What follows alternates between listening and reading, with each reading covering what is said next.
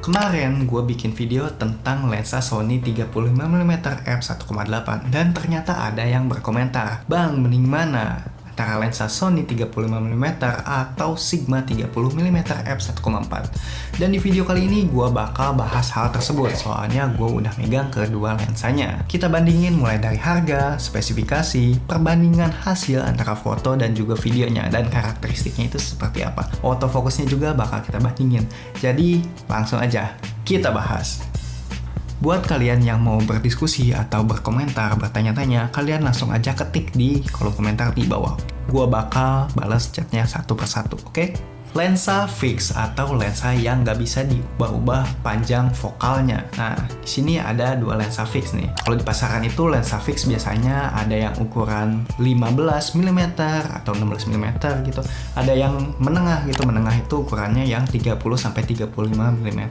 Dan ada juga yang sempit gitu karakteristiknya, yaitu 50mm. Nah, biasanya antara lensa full frame dan juga APS-C ini berbeda ekuivalennya. Jadi kalian harus menyesuaikan. Biasanya 16mm kalau di full frame adalah 20mm. Kalau 30mm di APS-C biasanya kalau di full frame adalah 50. Sedangkan 50mm yang ada di APS-C kalau di full frame adalah 85mm. Nah, kedua lensa tersebut ini ada karakteristiknya masing-masingnya. Antara gambarnya ada yang wide, ada yang tengah-tengah, ada juga yang benar-benar sempit gitu ya. Jadi beda dari hasil gambarnya. Bisa kalian lihat ini perbandingannya. Nah, di tangan gua ada lensa Sony 35mm dan juga Sigma 30mm. Kedua lensa ini adalah lensa favorit para fotografer, jadi banyak banget yang pakai lensa ini. Tapi misalkan kalian pemula gitu ya, kadang kita bingung nih, mending yang mana sih? Soalnya kedua lensa ini tuh sama aja gitu, kembar, identik gitu ya. Ibaratnya buah, kedua lensa ini adalah jeruk. Kalau jeruk kan sama-sama mempunyai vitamin C, sama-sama warnanya orange gitu, dan sama-sama memiliki rasa yang enak gitu ya. Jadi mending mana nih kalau misalkan kita analogikan sebagai jeruk? Nah, tentu aja dari rasanya beda, dari hasil atau karakteristik hasil gambarnya ini berbeda, walau keduanya sama-sama dianalogikan sebagai jeruk gitu ya. Apalagi stabilisasinya, kalau Sony ini lebih stabil dari sisi pengambilan gambar dan juga hasil gambarnya. Kenapa Sony lensanya itu lebih mahal daripada Sigma? Ya karena hal ini, Sony itu mempunyai kelebihan di stabilisasi. Padahal secara harga, kedua lensa ini nggak beda jauh gitu ya. Sekisaran 3,6 juta sampai 4,2 juta rupiah. Itu gimana tokonya ngejual? Sony itu lebih mahal sedikit dikarenakan optical stabilization-nya, optical steady shot kalau nama dari Sony-nya. Dan untuk harga, menurut gua Sigma itu bisa jadi pertimbangan kalian kalau kalian nggak punya duit lebih. Tapi lensa Sigma juga mempunyai banyak kelemahan dibandingkan lensa Sony. Kita bahas mulai dari bodinya terlebih dahulu. Secara body, secara tampilan bisa kalian lihat. Nah, ini beda jauh ya tuh. Secara tampilan si Sony itu lebih ringkas ya, dan ukurannya itu lebih benar-benar portable gitu ya, enak kalau disandingkan sama kamera Sony gitu ya. Jadi cocok banget kelihatannya gitu. Jadi apa ya, kelihatan benar-benar Sony banget gitu ya. Jadi apa ya, nggak terlalu gede dan ini tuh ringkas banget, enak banget buat dibawa kemana-mana gitu. Apalagi misalkan kalian foto-foto wedding atau ngebuat liburan gitu, ini enak banget buat dipakai ya. Soalnya bentuknya yang ringkas, beda sama Sigma itu kesannya itu gede banget gitu ya, apalagi kalau disandingkan dengan kamera Sony yang kecil-kecil gitu, kayak Sony A5100. Ini jadi jomplang banget sih ukurannya. Secara berat si lensa Sony ini lebih ringan, dan ringannya itu sebesar 154 gram gitu ya. Kalau si Sigma ini 100 gram lebih berat, dan beratnya itu 263 gram. Nah, ini lebih berat banget, bukan berat solid sih, ini berat karena si struktur lensa yang ada di dalamnya itu lebih banyak. Nah, kalau struktur lensa di Sigma itu ada 9 elemen, kalau si Sony itu ada 8 elemen. Jadi otomatis lebih ringan gitu. Lumayan loh, selisihnya 100 gram.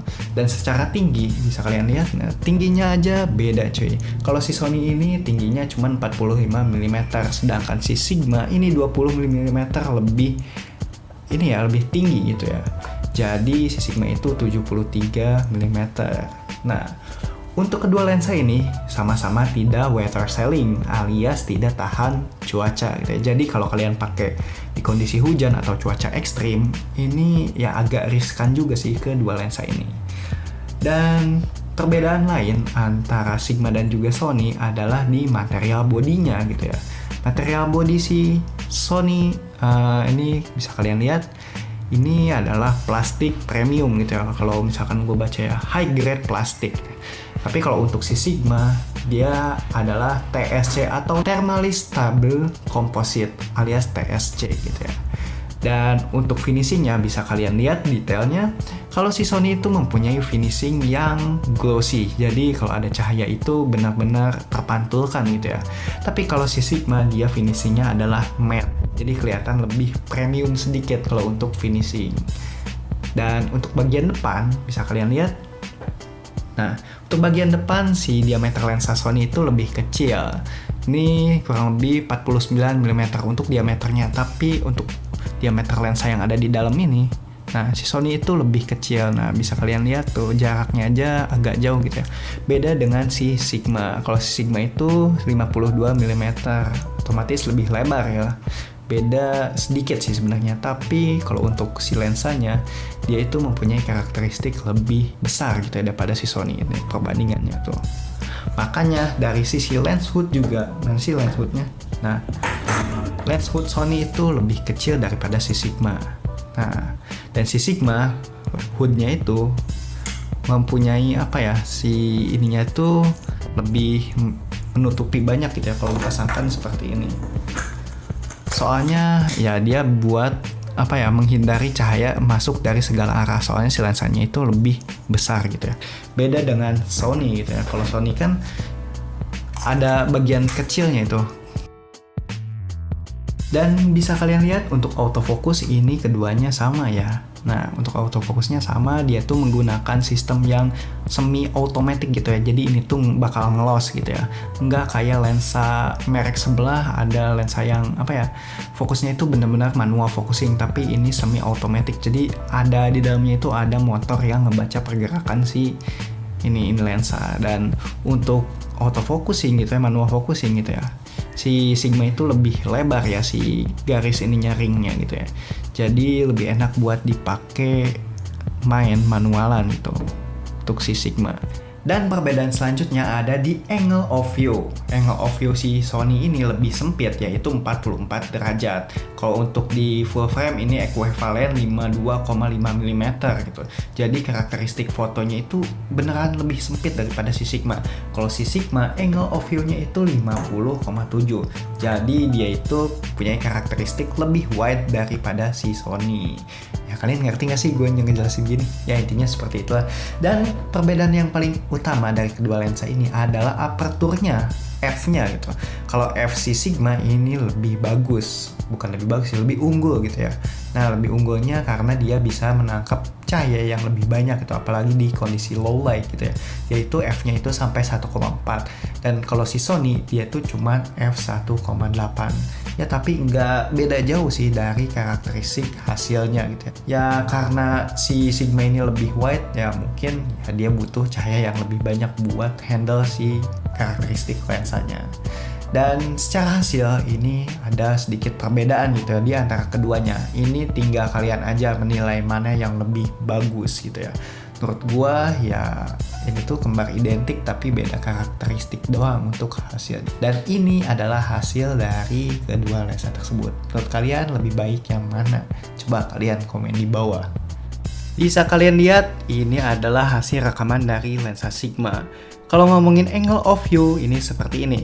Lensa Sigma itu lebih lebar, tapi untuk sudut pandang lensa Sony ini lebih sempit. Jadi ada sedikit perbedaan, tapi ini perbedaannya itu benar-benar beda jauh gitu kalau secara stabilisasi hasil gitu. Kalau misalkan si Sony itu lebih sempit tapi hasilnya stabil gitu, mungkin dikarenakan teknologi OSS-nya alias Optical Steady Shot stabilizernya gitu. Jadi ya gambarnya lebih stabil, tapi kompensasinya itu kita harus menerima cropping gitu ya. Kalau untuk si Sigma ini nggak cropping, tapi benar-benar goyang banget, bisa kalian lihat nih. Nah, croppingnya seperti ini tuh. Untuk lensa Sigma dan juga Sony ini lumayan loh croppingnya kalau buat foto-foto gitu ya. Tapi kalau untuk ketajaman lensa Sigma itu menurut gua ini udah cukup tajam gitu ya. Apalagi dia bisa mengambil si sudut pandang yang wide gitu ya. Kalau kita ngerekam diam seperti ini nggak masalah banget sih. Tapi kalau kita gerak-gerak, itu kerasa banget. Stabilisasinya itu ya ini nol banget gitu. Ini kurang banget buat video-videoan. Nah, seperti ini nih. Kita tes fokus juga. Nah, gambarnya itu lebar. Tapi misalkan dibandingkan dengan Sony yang ada optical steady shot, bisa kalian lihat ini perbedaannya. Nah, oke, kita ganti. Nah, ini Sony lebih mulus gambarnya cuy. Dan setiap pergerakan autofocusnya itu benar-benar stabil dan benar-benar lancar gitu. Jadi stabilisasi plus autofocus yang benar-benar cakep, ini hasilnya asli, ini cakep banget buat video-videoan. Beda dengan Sigma. Kalau menurut gua Sigma itu lebih asik buat foto-foto doang gitu ya.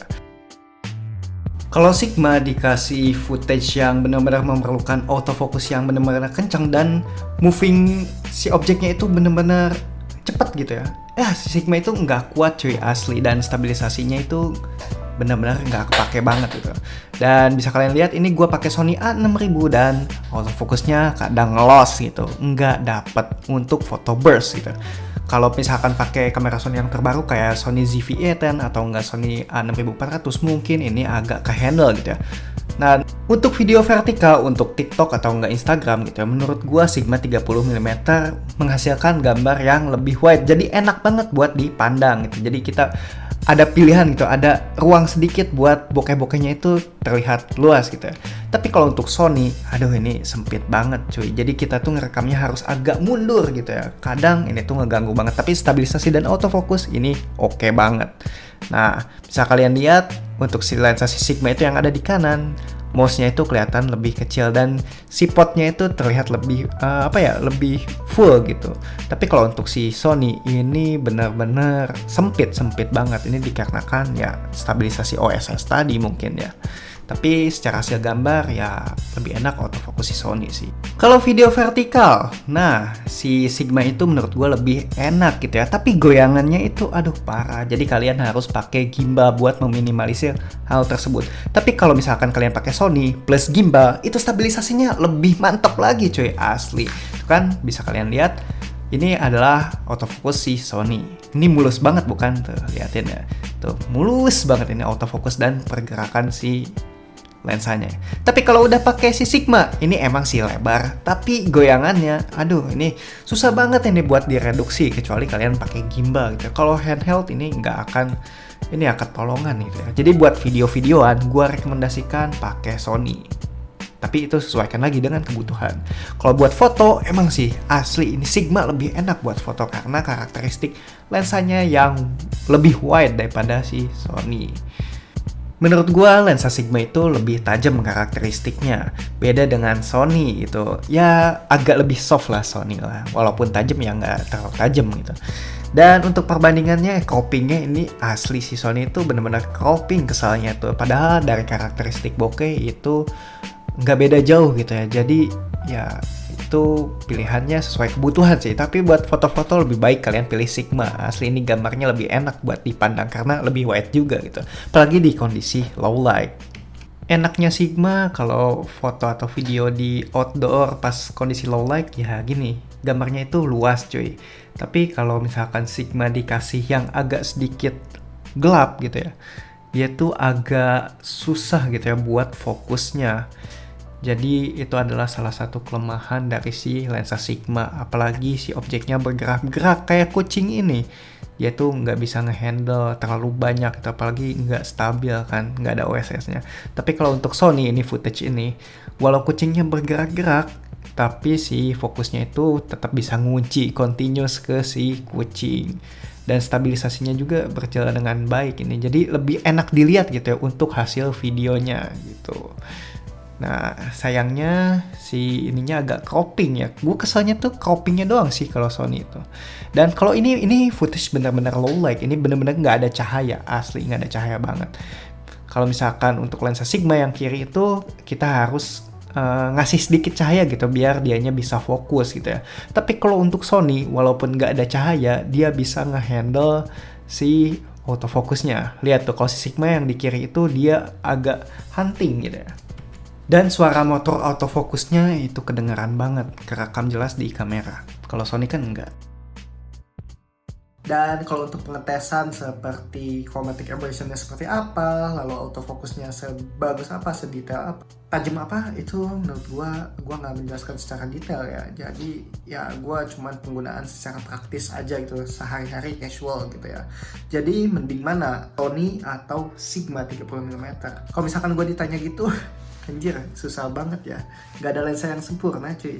Jadi menurut gua kalau kalian yang fokus fotografi ya, suka foto-foto gitu ya, sering ngambil foto dan mengabadikan momen, menurut gua lensa Sigma adalah pilihan yang paling cocok gitu ya. Soalnya dia memberikan hasil gambar yang wide, bokehnya mantep, lalu untuk di kondisi low light itu nggak ngecewain. Tapi kalau misalkan kalian punya lensa Sigma untuk keperluan video-videoan, secara hasil gambar itu udah bagus sih menurut gua, tapi ada kekurangan di autofocus dan stabilisasi doang, apalagi di kondisi low light kadang nggak ketolongan gitu, agak susah gitu. Jadi kalian harus bisa menutupi kekurangannya dengan cara membeli gimbal stabilizer gitu. Itu doang sih yang bisa ngebantu. Tapi misalkan untuk kalian yang fokus video-videoan gitu, emang serius di video, ya lebih baik kalian pilih lensa Sony aja. Soalnya kenapa? Misalkan kalian punya kamera Sony yang versi terbaru gitu ya, kayak Sony A6400 atau GV-E10 atau enggak A6600, semua fitur Sony itu bisa dimaksimalin lagi gitu. Jadi Sony plus lensa Sony itu ya pilihan yang paling baik gitu, hasilnya pun yang terbaik gitu ya, daripada kalian pakai Sony tapi ya pakai lensa pihak ketiga, itu agak kurang maksimal aja gitu. Jadi misalkan Sony kan udah bagus di lensanya, stabilisasi lensanya, dan kamera Sony itu paling bagus di autofocusnya, itu fokusnya bakal ngunci banget dan nggak ketulungan, apalagi stabilisasinya. Dan apalagi ya, menurut gua Sony itu kelemahannya di ini doang sih ya, di foto doang agak sempit gitu. Tapi kalau kalian memang yang nggak terlalu memperhatikan dan bisa memaafkan hal itu, ya menurut gua baik-baik aja sih. Tapi ya nggak ada gitu, lensanya sekecil Sony, seringkas Sony, dan autofocusnya sebagus Sony, dan stabilisasinya sebagus Sony, tapi harganya harga Sigma, dan hasil fotonya itu lebar seperti Sigma juga, dan blurry-nya itu seperti Sigma. Nggak ada gitu ya. Kalau ada itu perfect banget, asli perfect banget. Dan mungkin segitu aja ya yang bisa gue sampaikan. Thanks ya buat kalian yang udah nonton video ini sampai akhir. Semoga informasi yang gue berikan bermanfaat.